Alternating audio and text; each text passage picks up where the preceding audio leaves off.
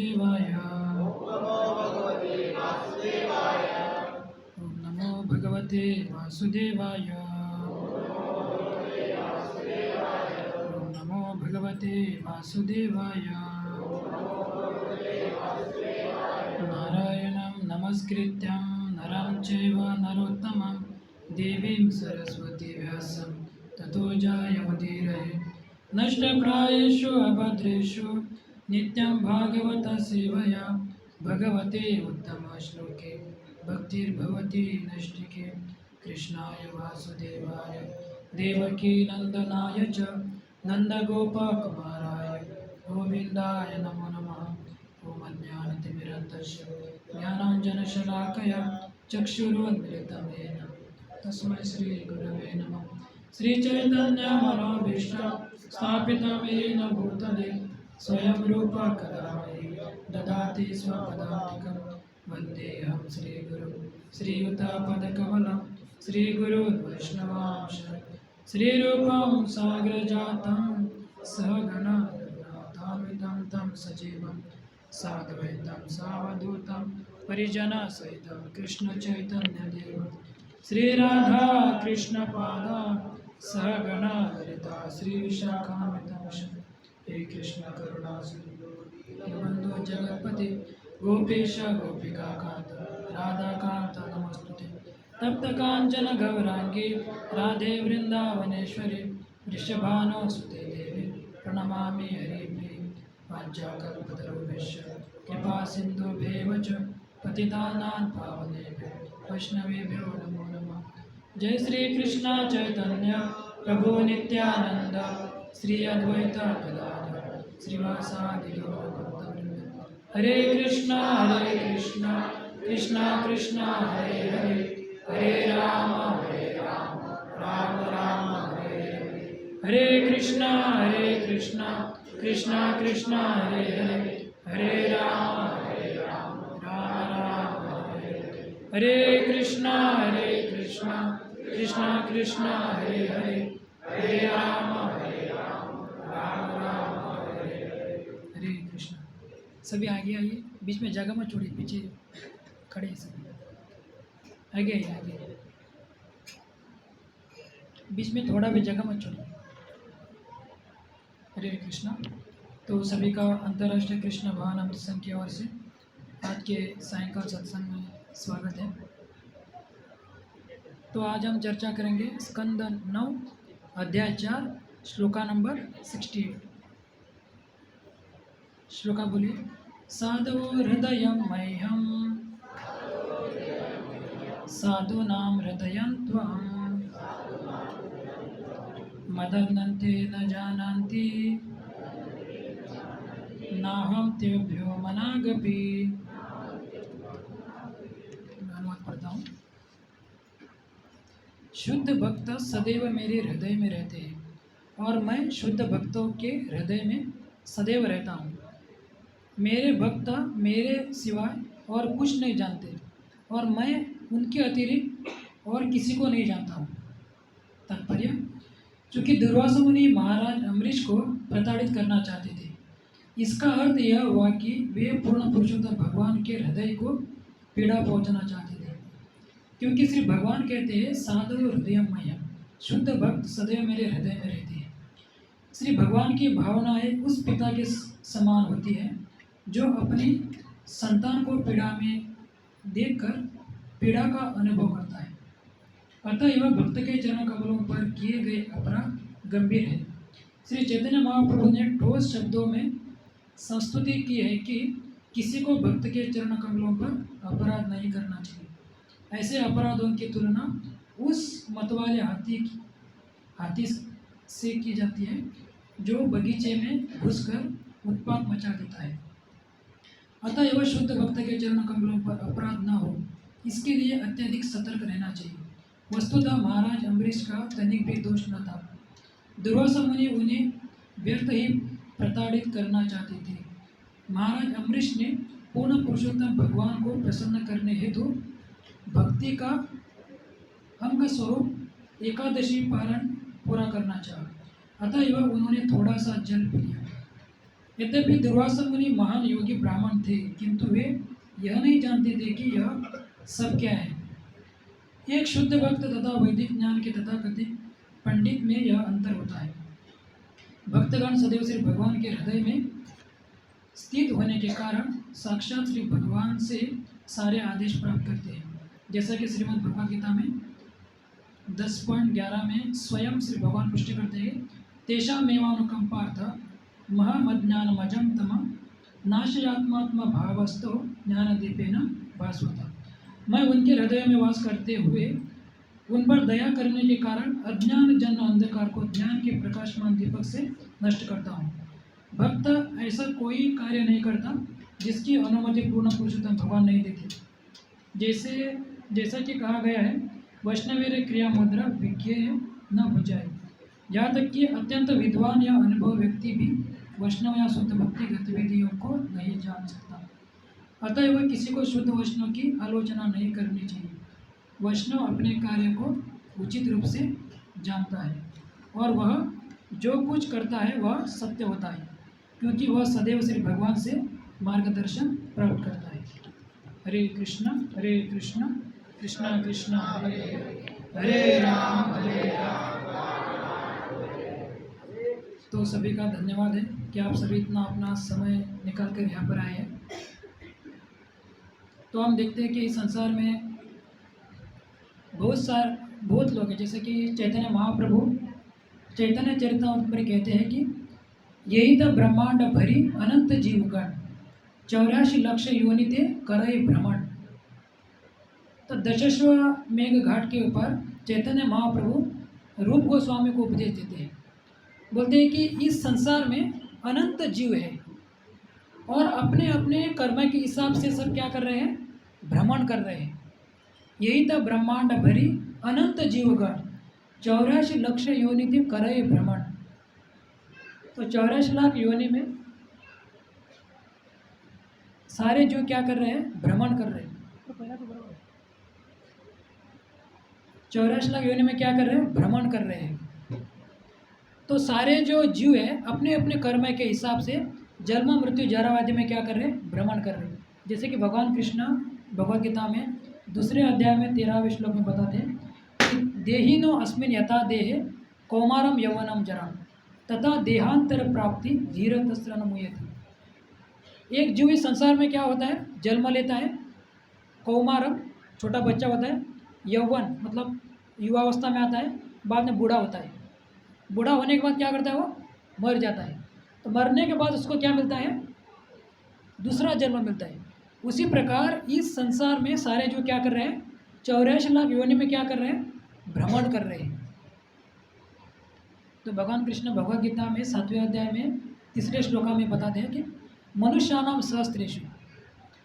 तो चैतन्य महाप्रभु क्या बोलते हैं, यही तो ब्रह्मांड भरी अनंत जीवगण। इस ब्रह्मांड में खचाखच जीव क्या है, भरे हुए हैं। तो उसमें से भगवान बोलते हैं कि मनुष्यानाम सहस्त्रेषु। अभी देखिए 84 लाख योनि है, उसमें से केवल 4 लाख योनि कौन सी है, मनुष्य योनि है। 80 लाख योनि तो बाकी जीव है, तो उसमें से सिर्फ 4 लाख योनि कौन सी है, मनुष्य योनि है। तो भगवान बोलते हैं कि मनुष्य नाम सहस्त्रेषु, उसमें भी 4 लाख योनि में सहस्त्र मनुष्य है। मनुष्य नाम सहस्त्रेषु कश्चित् यद्यति सिद्धि, मतलब उसमें से कोई तो एक सिद्धि के लिए प्रयत्न करता है। यतता नाम है सिद्धा नाम, वो जो सिद्धियों में से कोई तो विरला ही क्या करता है, यतता नाम सिद्धा नाम कश्चित् माम वेत्ति तत्वतः। मतलब भगवान बोलते हैं कि ऐसे अनेक सिद्धियों में से कोई तो एक क्या करता है, मुझे जानने का प्रयास करता है। तो देखिए इतने सारे जीव हैं, लेकिन जो भगवान को जानने का प्रयास क्या करते हैं, कम करते हैं।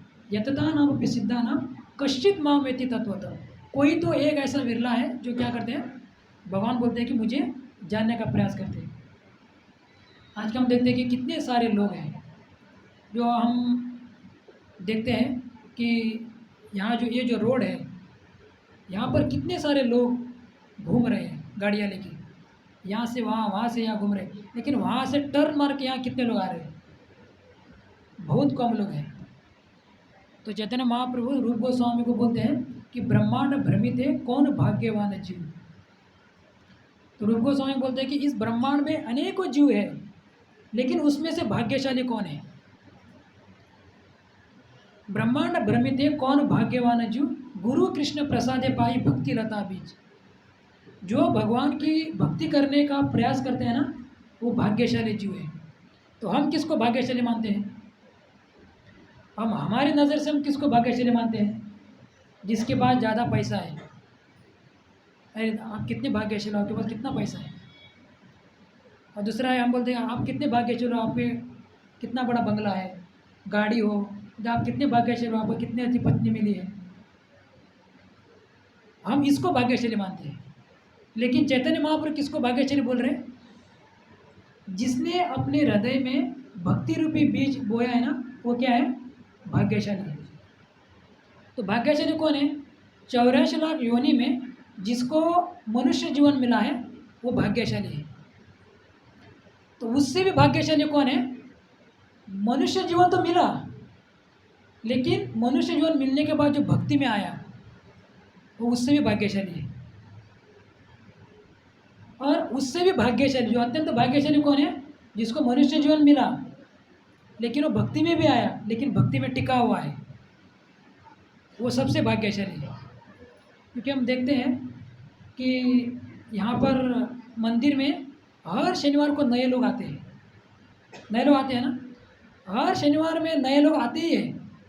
कम से कम 4-5 लोग आते हैं। जब तक ये मंदिर बना तब से यदि लोग आ रहे हैं ना, वो कंटिन्यू लोग आए होते ना, मुझे लगता कि वास्को पूरा भर जाता था, भर जाता था ना। हर सैटरडे 4-5 लोग तो रहते ही है, भक्त लोग आते हैं। लेकिन क्या करते हैं? आते हैं, देखते हैं, अरे जाएंगे देखेंगे, इस्कॉन वाले बहुत आवाज़ कर रहे हैं, थोड़ा जाके देखेंगे क्या चल रहा है इनका, क्या हो रहा है। आते हैं, देख के चले जाते हैं।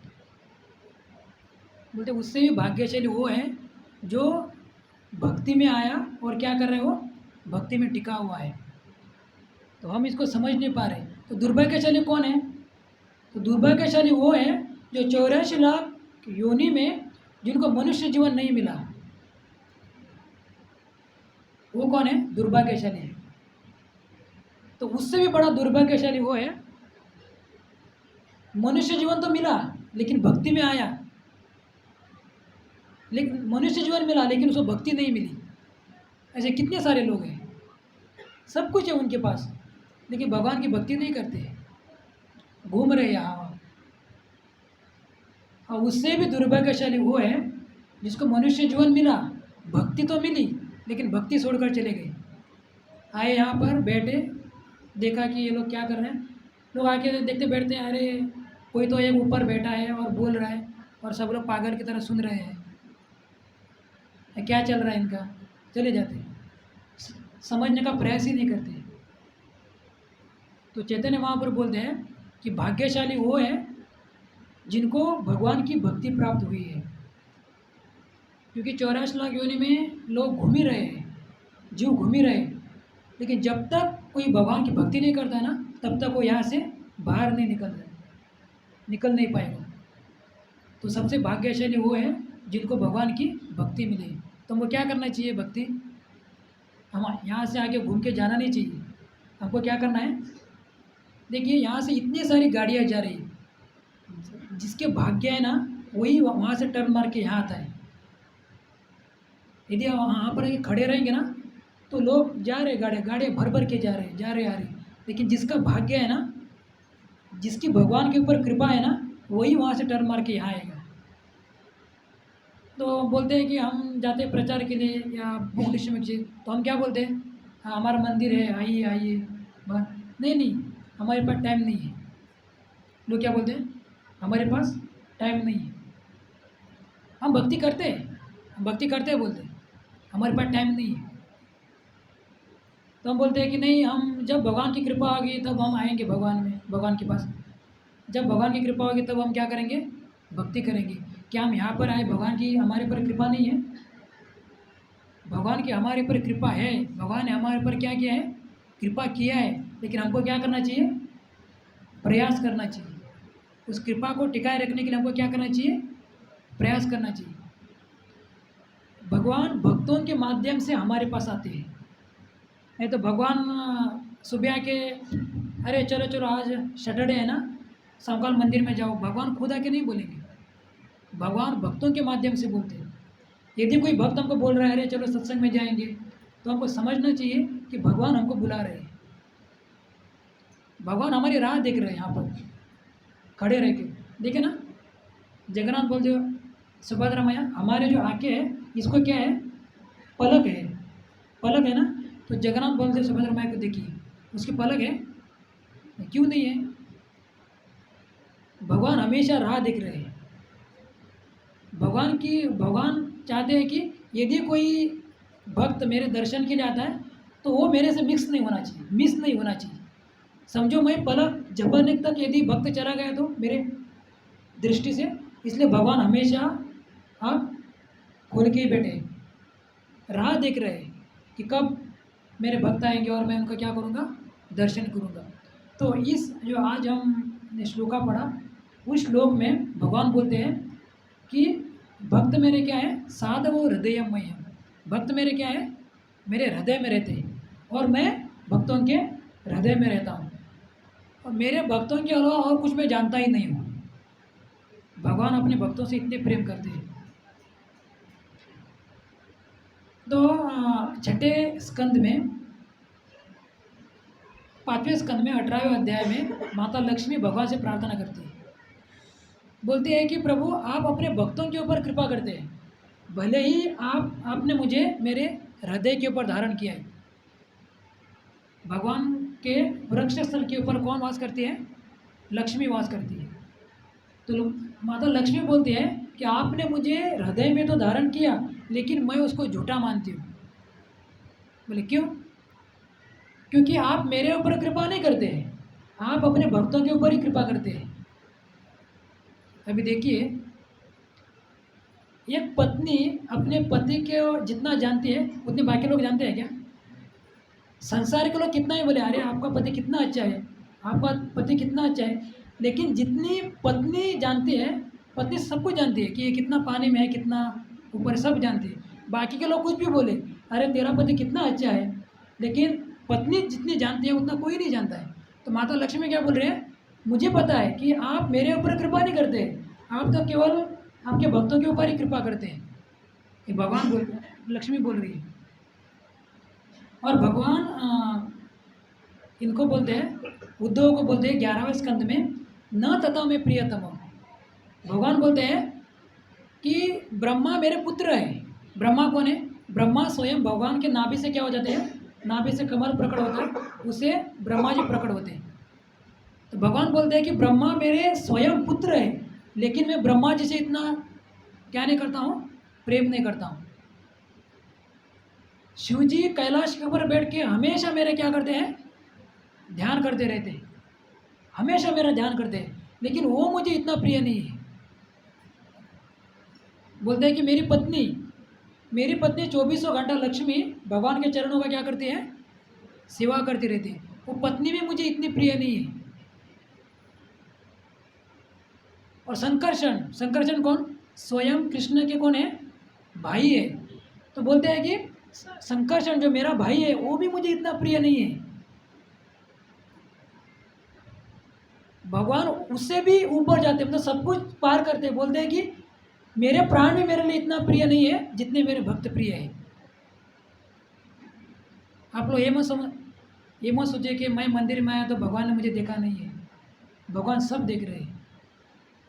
भगवान ये नहीं देखते कि मुझे मेरे भक्त क्या लेके आया है, भगवान ये नहीं देखते। भगवान देखते कि आया है ना मेरे पास, भगवान प्रसन्न हो जाते हैं। पूतना आई थी ना, पूतना, जब देखते हैं कि गोकुल में पूतना आई थी, भगवान को विष पिलाने के लिए आई थी, लेकिन भगवान ने उसको कौन सा स्थान दे दिया, माँ का स्थान दे दिया। हम में से कोई विष लेके आया है क्या? नहीं ना। तो देखिए, जो पूतना भगवान को विष पिलाने के लिए आई थी, भगवान ने उसको माँ का स्थान दे दिया। तो जो कोई भगवान का प्रेम से भगवान का दर्शन करने के लिए आता है, तो सोचिए उनकी क्या महिमा है, भगवान उससे कितना प्रेम करते हैं। भगवान यहाँ पर बोलते हैं कि मेरे जो हृदय है वो भी मुझे, मेरे प्राण भी इतने मुझे प्रिय नहीं है जितने मेरे क्या है, भक्त प्रिय है।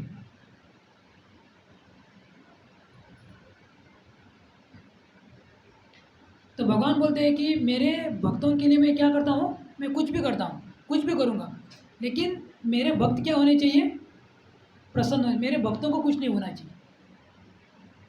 तो भगवान बोलते हैं कि संसार के लोग मुझे कुछ भी बोले,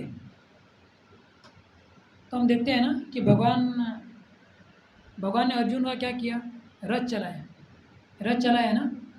तो भगवान बोलते हैं कि मुझे कुछ भी बोले, भगवान लोग मुझे संसार के लोग कुछ भी बोले, बोले अरे ये तो सारथी है, इन्होंने तो रथ चलाया।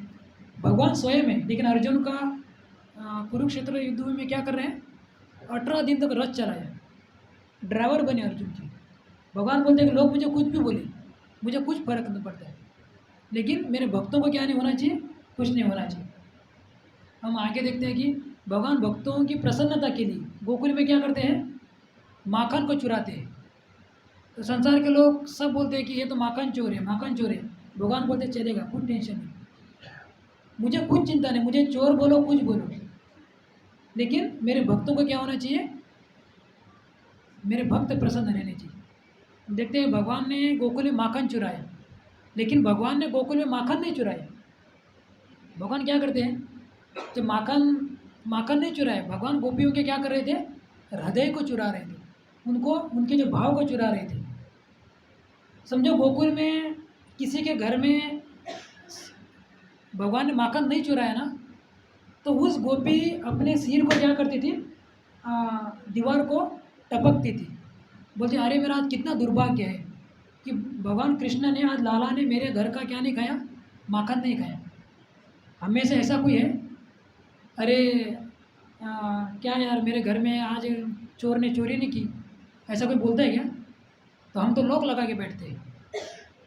नहीं तो वृंदावन में जब किसी के घर में माखन चोरी नहीं होता था, तो वो गोपी रोती थी, बोलती थी मैंने आज कौन सा पाप किया है, क्या मेरा दुर्भाग्य है कि मेरे बनाया हुआ माखन भगवान ने आज नहीं खाया, क्यों भगवान ने आज मेरे घर में चोरी नहीं की। तो गोपियाँ बोलती थी अरे आपके घर में भगवान ने माखन चोरी की ना, तो वो बोलती थी कि भगवान ने मेरे घर में मटका फोड़ना चाहिए, ताकि उससे ज़्यादा कृपा क्या मिलेगी, मुझे मिलेगी। हमें साथ ऐसा क्या, अरे वो बीमार है ना तो मुझे अटैक आना चाहिए, ऐसा कोई बोलता है क्या? नहीं बोलते। ये सब भगवान क्यों करते हैं, कि भक्तों को आनंद देने के लिए। चैतन्य चरितामृत में बताया गया है, भक्त गणे सुख देते प्रभुर अवतार। भगवान का इस संसार में अवतार लेने का एक ही उद्देश्य है, इस संसार के जो 84 लाख योनि में जो जीव भटक रहे हैं, जन्म मृत्यु जरा व्याधि से भटक रहे हैं, उससे उनको जो आनंद देना, इसके लिए भगवान क्या करते हैं, अवतार लेते हैं। नहीं तो क्या भगवान को वैकुंठ में जगह नहीं था, अरे वहाँ पर हाउसफुल हो गया, चलो थोड़ा हवा लेने के लिए पृथ्वी के ऊपर जाता हूँ, ऐसा था भगवान को? नहीं, भगवान यहाँ पर केवल आते किसके लिए, हमारे लिए आते। अब यहाँ पर मंदिर में भगवान खड़े हैं, किसके लिए खड़े हैं, वो हमारे लिए खड़े हैं। बोलते हैं कि जो भगवत धाम में जो भगवान की सेवा होती है, उसकी कृपा हमको प्रदान करने के लिए भगवान यहाँ पर हमके खड़े हैं विग्रह के रूप में। वहाँ पर तो गोप सखा राधा रानी गोपियाँ भगवान की क्या करती है, सेवा करती है, वही सेवा भगवान हमसे यहाँ पर ले रहे हैं। हमको ये नहीं समझना चाहिए अरे ये तो क्या है, जो नए नए भक्त होते हैं ना, तो उनको पता नहीं चलेगा, अरे ये कौन दोनों हाथ ऊपर करके खड़े हैं। तो हम जब इस्कॉन में पहले आए थे तो हमको ही पता नहीं था ये कौन है। ये जो जगन्नाथ बलदेव सुभद्रा मैया है, ये इस्कॉन में आने के बाद समझ में आया। जब मैं पहली बार मंदिर में आया तो मैं सोचा ये कौन सा भूत है, ये भूत को बिठाया है इन लोगों ने, ये हमको पता ही नहीं था कि भगवान का ऐसा है। लेकिन जब हम मंदिर में आए तो उनके बारे में पता चला कि अरे ये तो भगवान स्वयं कृष्ण है, ये तो बलराम है, ये तो सुभद्रा मैया है। इसके लिए हमको सत्संग में आना चाहिए। भगवान का दर्शन केवल आंखों से नहीं होता है, भगवान का दर्शन किससे होता है, कानों से होता है। समझो कोई एक आदमी, समझो यहाँ पर आके मोदी आके बैठे, समझो आके यहाँ पर मोदी बैठा, तो समझो हमने मोदी के बारे में, मोदी को कभी देखा भी नहीं और मोदी के बारे में कभी सुना ही नहीं, तो हम सोचेंगे कोई तो एक बूढ़ा आके बैठा है, ऐसे बोलेंगे ना। समझो हमारे बाजू में आके मोदी बैठे तो हम क्या बोलेंगे, अरे कोई तो बूढ़ा आके बैठा है। लेकिन यदि हम मोदी के बारे में जानते हैं तो हम उसको क्या करेंगे, सम्मान करेंगे ना, उसको हम क्या करेंगे, रिस्पेक्ट देंगे। उसी प्रकार भगवान का दर्शन है वो आंखों से नहीं होता है। जब हम जाते हैं ना कहीं पर तो बोलते हैं हम, आप लोग इस्कॉन से हैं, बोलते हैं हाँ इस्कॉन से है। तो लोग बोलते हैं हाँ इस्कॉन का मंदिर बड़ा है, लोगों को मतलब बड़ा होना चाहिए, मतलब दिखने के लिए बड़ा होना चाहिए, दिखने के लिए आंखों को अच्छा होना चाहिए। मंदिर में क्या चल रहा है ये नहीं देखते। कितना ही बड़ा मंदिर हो लेकिन उसमें भगवान का भक्ति का प्रचार नहीं हो रहा है तो उसका क्या लाभ है। भले ही मंदिर छोटा हो लेकिन भक्ति का प्रचार हो रहा है, ये क्या है, इम्पोर्टेंट है। तो इसलिए भगवान क्या है, तो भगवान ने पांडवों का क्या बने, शांति दूत भी बने हो, सेवक बनकर चले गए ना। जब युद्ध होने वाला था तो पिछले क्लास जब हमारा हुआ था भगवत गीता के ऊपर, उसमें ये सब हमने क्या किया था, चर्चा की थी। भगवान बोलते हैं सब चलेगा, लोग मुझे कुछ भी बोले लेकिन मैं भक्तों के लिए क्या करूँगा, मैं कुछ भी करूँगा। क्यों? क्योंकि भक्त मेरे क्या है, भक्त मेरे प्राण है, भक्त मेरे हृदय है। भक्त के लिए मैं कुछ भी करूँगा, भले मैं रथ चलाऊँगा, उनका शांति दूत बनूँगा। और एक बार तो ब्राह्मणों के लिए भगवान जरासंध के साथ युद्ध करते हुए भाग गए, तो उनका नाम क्या पड़ा, रण छोड़ रहा है। भगवान बोलते चलेगा, मुझे डर के मारे ये डरपोक है, लोग बोलेंगे चलेगा, लेकिन मैं मेरे भक्तों के लिए कुछ भी करूँगा। इतने भगवान क्या करते, भक्तों से प्रेम करते हैं। तो हम देखते हैं कि जब भगवान शांतिदूत बनकर गए थे कहाँ पर, हस्तिनापुर में, जब उन्होंने माना नहीं दुर्योधन ने कि अभी युद्ध क्या है, संभव है, तो युद्ध अभी करना ही है, तो वहाँ से भगवान क्या हो गए, बाहर निकल गए। कि दुर्योधन को बोला कि आप 5 गाँव दे दो, किनको, पांडवों को।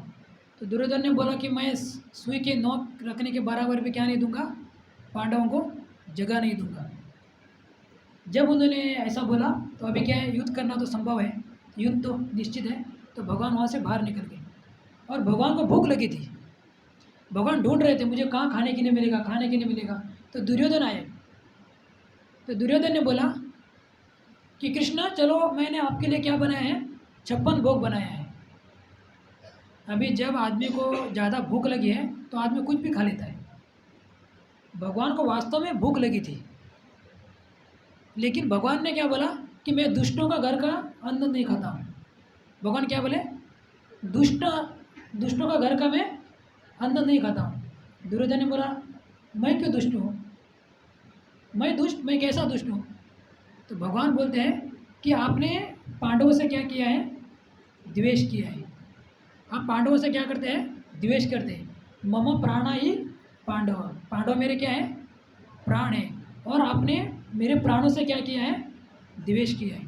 तो भगवान वहाँ से निकल गए, तो बाहर गए तो भगवान देख रहे थे मुझे भूख लगा, कुछ खाने के लिए चाहिए, खाने के लिए चाहिए। तो विदुर के घर में गए, जब विदुर के घर में गए तो विदुर जी नहीं थे, तो विदुर की पत्नी थी घर में।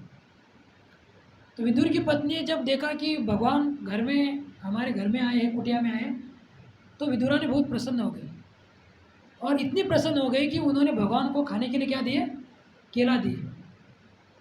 तो उन्होंने केला तो केला का जो अंदर का जो गर रहता है वो उन्होंने फेंक दिया, और केला का जो छिलका है वो भगवान को खिला रही है, और भगवान वो क्या कर रहे हैं, प्रेम से खा रहे हैं। तो भगवान बोलते हैं कि मेरे जो भक्तों से जो द्वेष करता है वो मुझे क्या है, वो मुझे पसंद नहीं है, मैं उसको बिल्कुल भी पसंद नहीं करता हूँ। तो आज के श्लोक में ये जो हमने श्लोक देखा, ये अमरीश महाराज का, जो ये जो 9वें स्कंद में है, अमरीश महाराज की कथा आती है। जो अमरीश महाराज एक परम भक्त थे भगवान के, मतलब अपने सवे मन कृष्ण पदार विंदयो वाचान से वैकुंठ गुणानुवर्णन करे हरे मंदिर मार्दनाशो श्रुतिम चकारा सत्कथो देवी।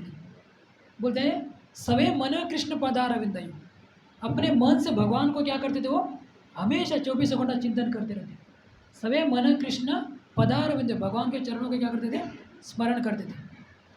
वाचा से वैकुंठ गुणानुवर्णन, अपनी वाचा से क्या करते थे, वो हमेशा भगवान का गुणानु करते थे। करे हरे मंदिर मार्दनार्जु, और अपने जो कर है, अपने हाथ है, वो क्या करते थे?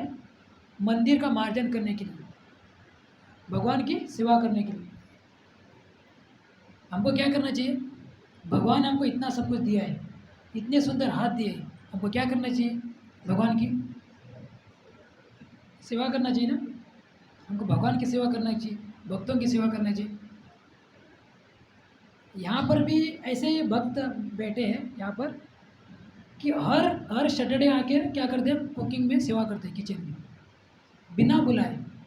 हाँ, बुलाने के बाद, आने के बाद सेवा करना वो अलग है, लेकिन बिना बुलाए आकर जो सेवा करते हैं, यहाँ पर भी कई माता जी से बैठे हैं जो बिना बुलाए आकर भगवान की क्या करते हैं?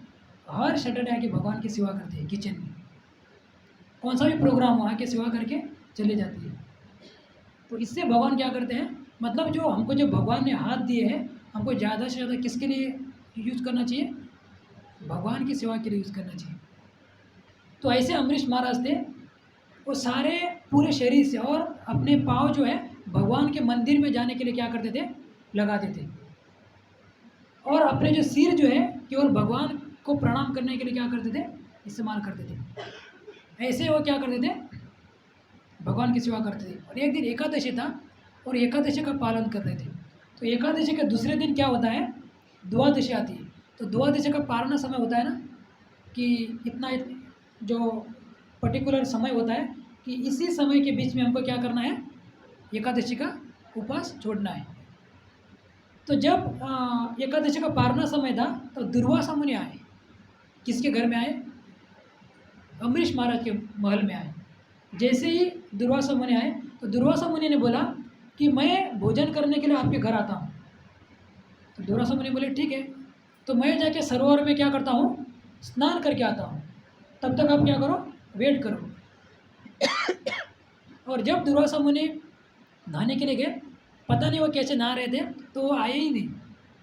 अभी पारना समय चला जा रहा था, तो अमरीश महाराज ने देखा कि अरे पारना समय तो चला जा रहा है। तो दुर्वासा मुनि ने क्या किया?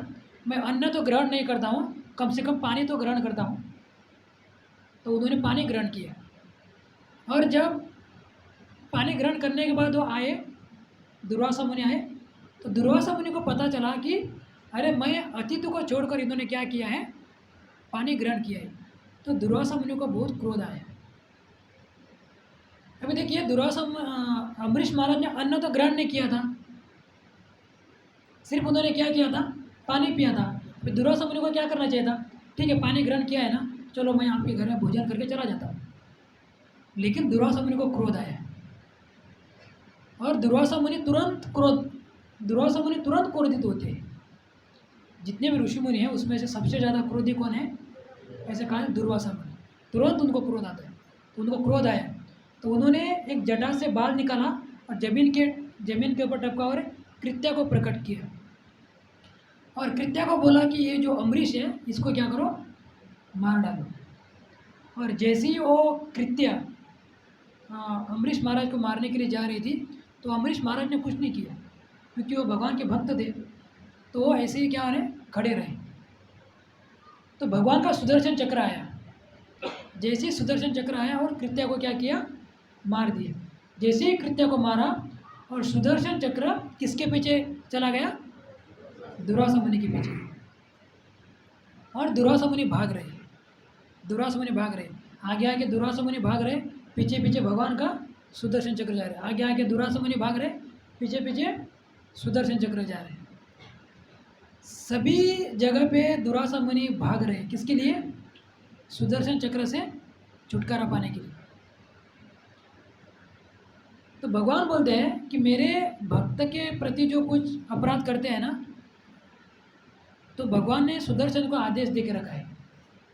सुदर्शन भक्तों के सिर के ऊपर ही रहता है। जो कोई भक्त अपराध करता है ना, उसको क्या करो? सज़ा दे दो। तो जैसे ही दुर्वासा मुनि ने अमरीश महाराज को मारने का प्रयास किया तो सुदर्शन चक्र पीछे लगा और दुर्वासा मुनि पूरे पृथ्वी के ऊपर घूम रहे छुटकारा पाने के लिए। गुफा में जा रहे ताकि इसका छुटकारा पाने। गुफा में जा रहे, सभी लोगों में गए दुर्वासा मुनि। कहीं पर भी दुर्वासा मुनि का पीछा नहीं छोड़ा। किसने? सुदर्शन चक्र ने। सुदर्शन चक्र के ताप से दुर्वासा मुनि पीछे जल गए। अभी देखिए, सुदर्शन दुर्वासा मुनि को काट सकते थे, लेकिन सुदर्शन काट नहीं रहे। क्यों? क्योंकि दुर्वासा मुनि की इतनी तपस्या थी ना, इसके लिए सुदर्शन चक्र काट नहीं रहा था। पीछे पीछे भाग रहे, पीछे कहीं पर भी उनको क्या नहीं मिला, कहीं पर भी उनको सुदर्शन चक्र ने पीछा नहीं छोड़ा। और जल में जाके रहने लगे, पहाड़ों में गए, सभी जगह पे कहीं नहीं मिला। तो उन्होंने सोचा कि मैं ब्रह्मा जी के पास जाता हूँ। ब्रह्मा जी के पास गए, ब्रह्मा जी को बोला, ब्रह्मा जी मेरे पर कृपा कीजिए, मेरे पर दया कीजिए, ये सुदर्शन मेरे पीछे पड़ा है, ये सुदर्शन से मुझे क्या करे, मेरी रक्षा कीजिए। तो ब्रह्मा जी ने बोला, देखिए और कुछ फंडा होता था ना तो मैं क्या करता था, मैं सॉल्व करता था, लेकिन ये सुदर्शन किसका है? भगवान कृष्ण का है, इससे मैं आपको बचा नहीं सकता। जब कुछ हमारे ऊपर विपत्ति आती है तो हम रक्षा के लिए किसके पास जाते हैं? भगवान विष्णु के पास जाते हैं। तो मैं आपकी रक्षा नहीं कर सकता हूँ, आप यहाँ से क्या कीजिए, चले जाइए। तो दुर्वासा मुनि वहाँ से भाग रहे, पीछे पीछे सुदर्शन आ रहा है। कैलाश में चले गए दुर्वासा मुनि। बोले, शिव जी मेरी रक्षा कीजिए, मेरी रक्षा कीजिए, मैं बहुत क्या हूँ, मैं बहुत दुखी हूँ, ये सुदर्शन चक्र मेरा क्या है, पीछा कर रहा है, मुझे मारने वाला है, मुझे मेरी रक्षा कीजिए, आप तो इतने महान है, मेरी रक्षा कीजिए। तो शिव जी ने भी क्या बोला कि मैं आपकी रक्षा नहीं कर सकता हूँ, क्योंकि आप यहाँ से तुरंत निकलिए, क्योंकि सुदर्शन का इतना ताप है कि कैलाश लोक भी क्या हो जाएगा, नष्ट हो जाएगा। आप यहाँ से निकलिए, यहाँ मैं आपकी रक्षा नहीं कर सकता। तो भगवान दुर्वासा मुनि कैलाश से भी भाग गए, लेकिन उनको शिवजी ने क्या दिया, एक उपाय दे दिया। आप सारे संसार में भाग रहे हैं ना सुदर्शन से, और भागते भागते अभी इनको क्या हो रहा है, अफसोस हो रहा है। क्या अफसोस हो रहा है? अरे मैंने खाली पकड़ पंगा ले लिया दुर्वासा मुनि से। जो उन्होंने भोजन बनाया था वो यदि चुपचाप में खा के निकला होता तो अब तक तो मैं घर में पहुंच जाता था आराम से। मुझसे पंगा लेकर मुझे क्या करना पड़ रहा है, भागना पड़ रहा है, तो अब तक मैं घर में पहुंच जाता था। लेकिन दुर्वासा मुनि भाग रहे। तो शिवजी ने बोला कि जिसका सुदर्शन है आप उसके पास चले जाओ। भागते भागते दुर्वासा मुनि वैकुंठ में चले गए भगवान के पास, और दौड़ के जाके भगवान के चरणों में गिर गए। हे प्रभु मेरी रक्षा कीजिए, मेरी रक्षा कीजिए, ये जो आपका सुदर्शन है ना मेरा पीछा कर रहा है, कृपया कीजिए, मेरी रक्षा कीजिए, आप तो करुणा के सागर हैं, आप तो कृपा के सागर हैं, मेरी रक्षा कीजिए।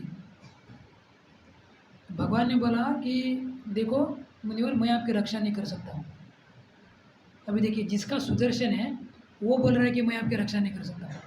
अभी कौन रक्षा कर सकता है?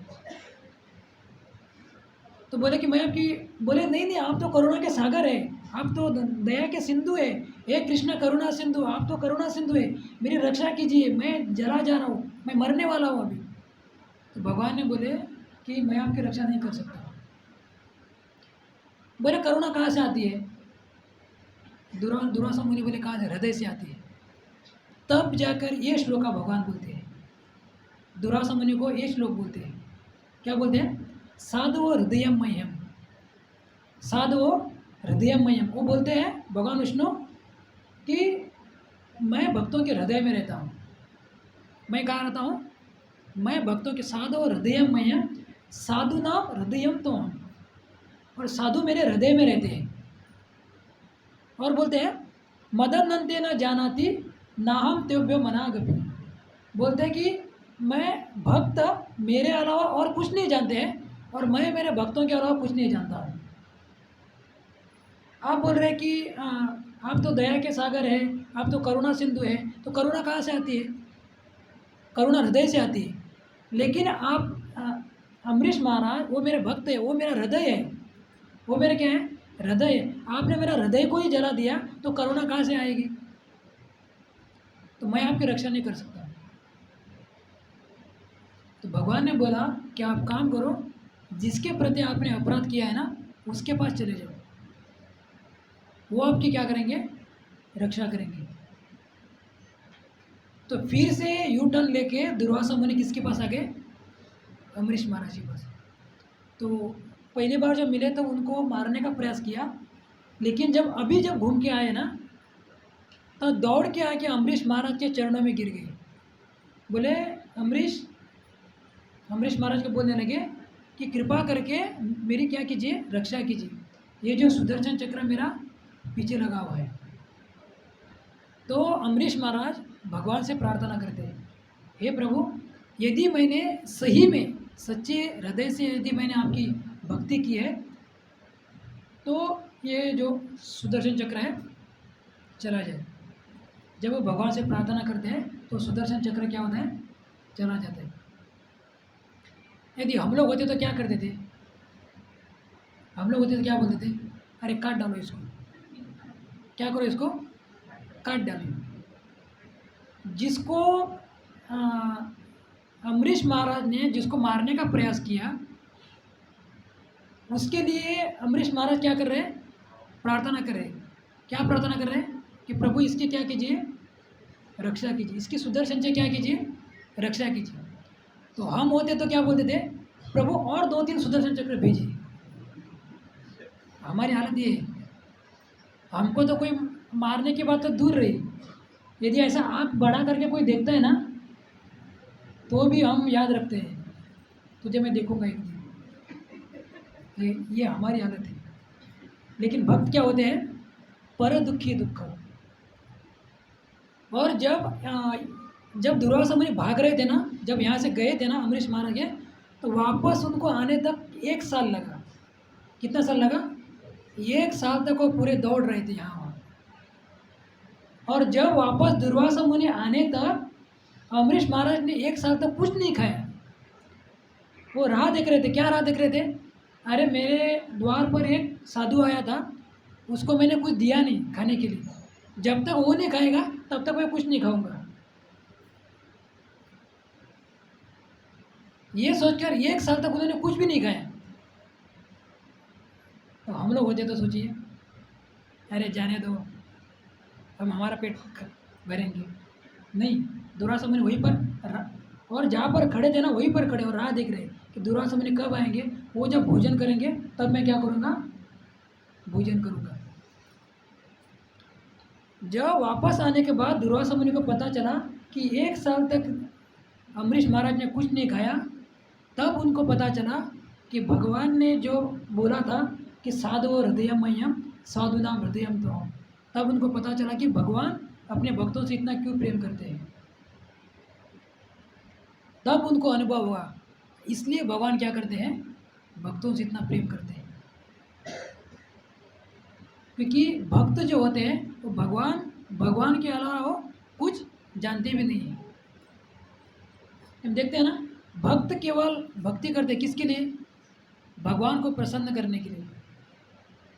जब भगवान देखते हैं कि राधा रानी 24 घंटा भगवान कृष्ण क्या करती है, सेवा करती है।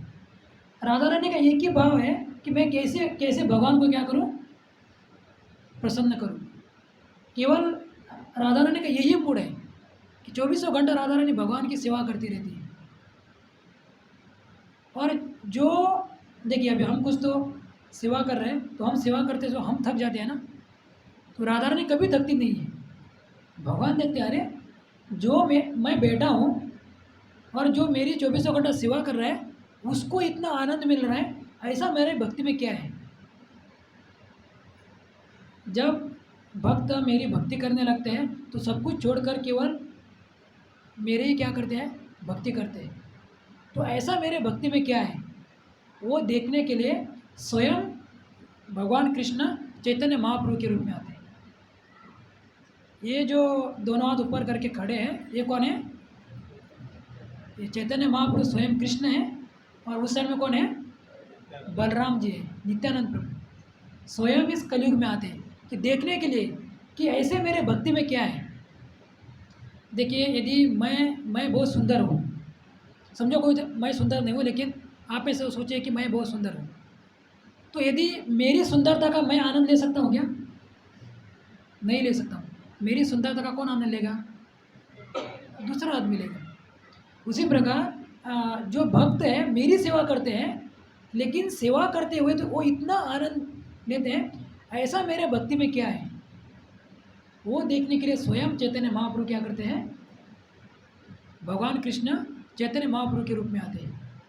लेकिन शरीर तो चैतन्य महाप्रभु का है, लेकिन भाव किसका है? राधा रानी का है। भगवान ने सोचा कि मैं भक्ति का आस्वादन करने के लिए यहाँ पर जाऊँगा कलयुग में अवतार लेकर, लेकिन अभी कौन सा किस भक्त का मैं भाव ग्रहण करूँगा? भगवान ने देखा कि सबसे बड़े भक्त कौन है, सबसे ऊपर कौन है? श्रीमती राधा रानी। तो मैं राधा रानी का क्या करूँगा? भाव ग्रहण करूँगा। तो राधा रानी का भाव ग्रहण करके भगवान क्या करते हैं? यहाँ पर आते हैं।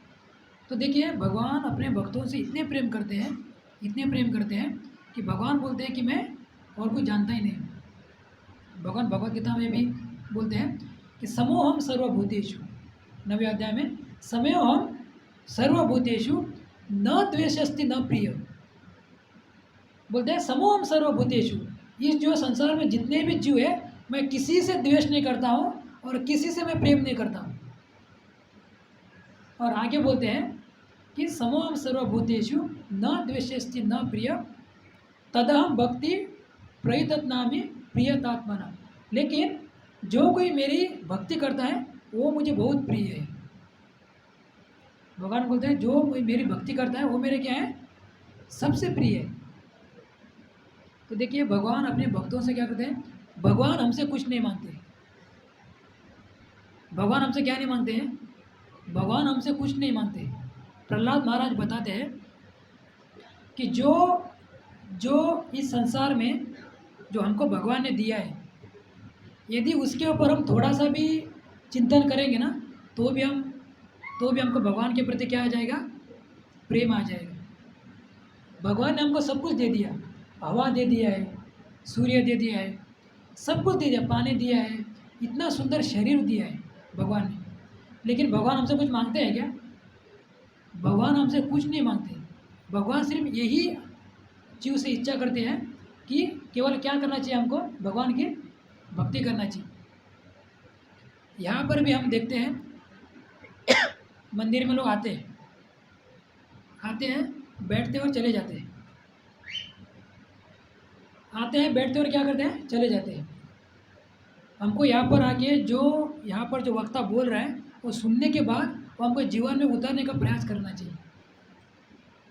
लेकिन कई सालों से हम आ रहे हैं, यहाँ पर बैठ के चले जा रहे हैं, आ रहे हैं, यहाँ पर बैठ के चले जा रहे हैं, आ रहे बैठ के यहाँ पर चले जा रहे हैं। हम भक्ति में प्रगति कर ही नहीं रहे। हमको हमेशा चेक करना चाहिए कि मैं इतना साल हुआ भक्ति में आया हूँ, मैं इस्कॉन में जा रहा हूँ, सत्संग में जा रहा हूँ, क्या मैंने कितनी मेरे जीवन में प्रगति की है? नहीं तो हम केवल यहाँ पर आएंगे, बैठ के क्या करेंगे? चले जाएंगे, आएंगे, बैठेंगे, प्रसाद खाएंगे, चले जाएंगे। तो हमको हमेशा क्या करना चाहिए? प्रयास करना चाहिए। और सबको कम से कम माला तो करनी चाहिए। जो इस कलयुग का जो युग धर्म क्या है? भगवान का हरि नाम, हरे कृष्णा कृष्ण कृष्ण हरे हरे, हरे राम राम राम हरे। सबको क्या करना चाहिए? भगवान का नाम लेना चाहिए। तो देखिए हमारे एक दिन में कितना घंटा होता है? कितना घंटा होता है? 2400 घंटा। तो 2400 घंटा में से हम केवल 10 मिनट नहीं निकाल सकते हैं भगवान के लिए, निकाल नहीं सकते हैं। इतना सब कुछ हमको भगवान ने दिया कि 10 मिनट हम नहीं निकाल सकते हैं। एक माला जप करने के लिए 10 मिनट लगता है। कितना लगता है? 10 मिनट लगता है। अभी नया साल शुरू होकर केवल क्या हुआ है? 5 दिन हुआ है, 4 दिन हुआ है। नए साल में कुछ तो नया शुरू कीजिए। हमारे बाजू में ही स्टॉल है, स्टॉल पे माला है, माला मिलती है, वहाँ पर जाइए, माला लीजिए और नए साल में कम से कम दिन में 2400 घंटे में से 10 मिनट निकाल के भगवान की माला जप कीजिए। इतना तो हम भगवान के लिए कर ही सकते हैं। अभी 10 मिनट भी हम नहीं निकाल सकते हैं तो हमारे जीवन का कुछ फ़ायदा नहीं है। हमारे जीवन का कुछ फायदा नहीं। और गधे और हमें, कुत्ते में और हमें कुछ फर्क नहीं है। यदि 24 घंटे में से हम 10 मिनट भगवान को लिए नहीं निकाल सकते हैं, इतना सुंदर मनुष्य जीवन मिलने के बाद, इतनी सुंदर बुद्धि देने के बाद भी यदि हम 10 मिनट भगवान के लिए नहीं दे सकते हैं, तो गधे और हमारे में कुछ फर्क नहीं है। ये मैं नहीं बोल रहा हूँ, ये शास्त्र कहते हैं। देखिए, हमारा प्रोग्राम शुरू होता है कितना बजे? 8 बजे। 8 बजे तो लेक्चर शुरू होता है। 8 बजे क्या होता है, लोग लेट आते हैं ना, इसके लिए जो वक्ता के लिए भी लेक्चर लेट शुरू करना पड़ता है।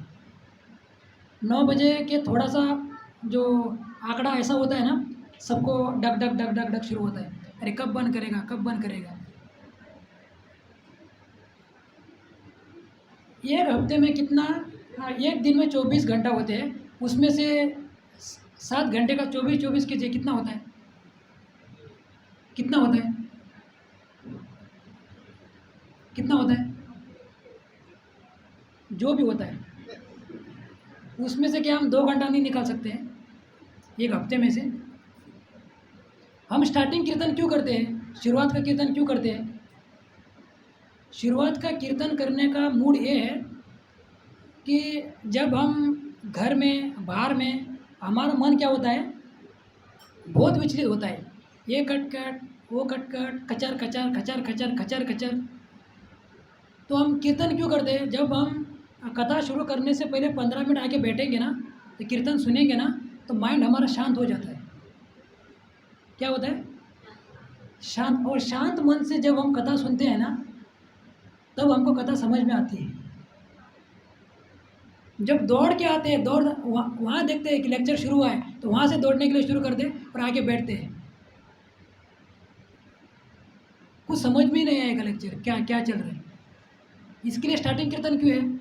8:30 बजे आते हैं भक्त लोग, लेक्चर शुरू होता है 8 बजे। और जब 9 बजे के बाद जो काटा ऐसा होता है ना, सब लोग वहाँ देखते रहते हैं कि कब ये बंद करेगा और कब प्रसाद लेके हम चले जाएंगे। ये एक हफ्ते में से केवल 2 घंटा तो भगवान के लिए हम निकाल सकते हैं, इतना तो हम कर सकते हैं।